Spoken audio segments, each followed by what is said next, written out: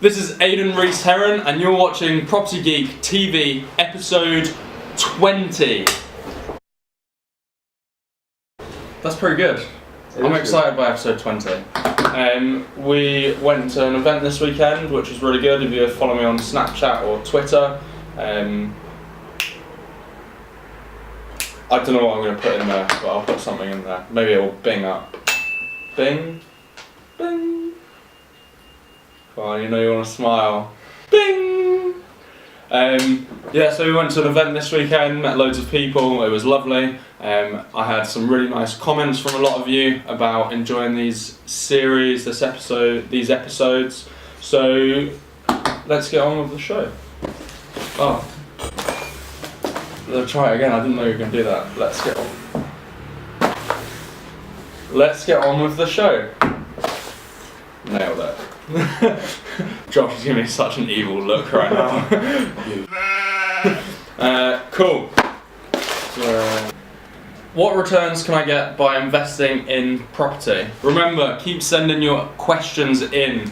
So on Twitter or Facebook me, use the hashtag PropertyGeekTV.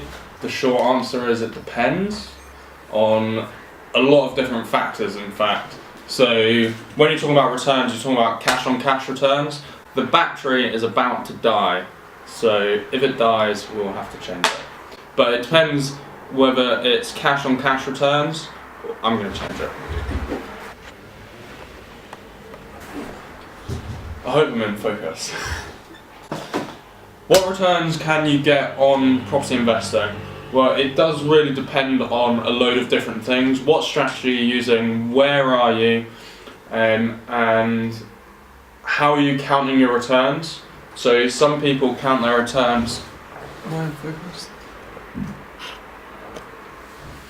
Some people count their returns including capital gains, and other people count their returns just the cash flow each month.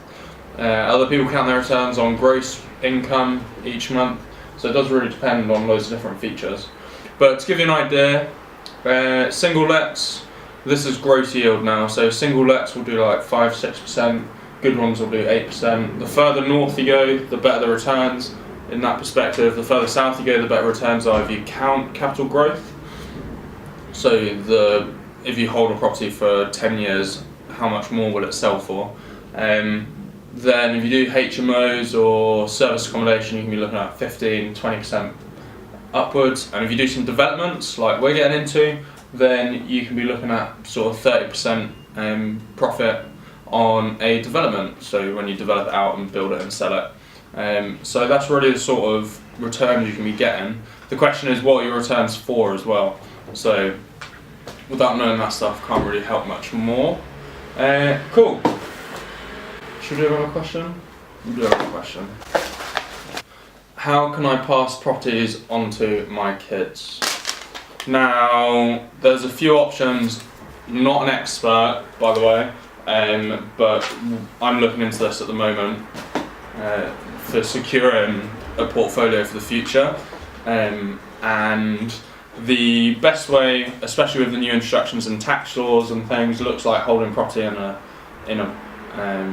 company structure, and also that can take it outside of your estate, which is beneficial for other reasons. In case you punch someone in the face and then they sue you, you've got nothing to be sued for, which is always nice. But in reality, having it in a business is the best option for passing it on to your kids, because you can just appoint them directors of that business. This is as far as I know. You appoint them as directors of the business, and then there's no costs involved in that unless you technically get them to buy shares, and then you can sign off as director, and that's it, because the properties are held technically by the business as the entity that owns them, not by an individual. If you're going to pass it on in terms of your estate, then you've got inheritance tax to deal with. There's ways to mitigate that by like passing on a little bit now and then waiting 7 years, and then passing another little bit on and then waiting 7 years, and then passing another little bit on and waiting 7 years. But you've got to make sure that you don't die in those 7 years,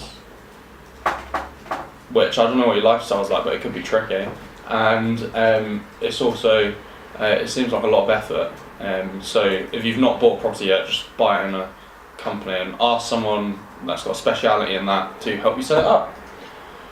That's it. I feel quite succinct today. Question of the day: what sort of returns would you like on your investments?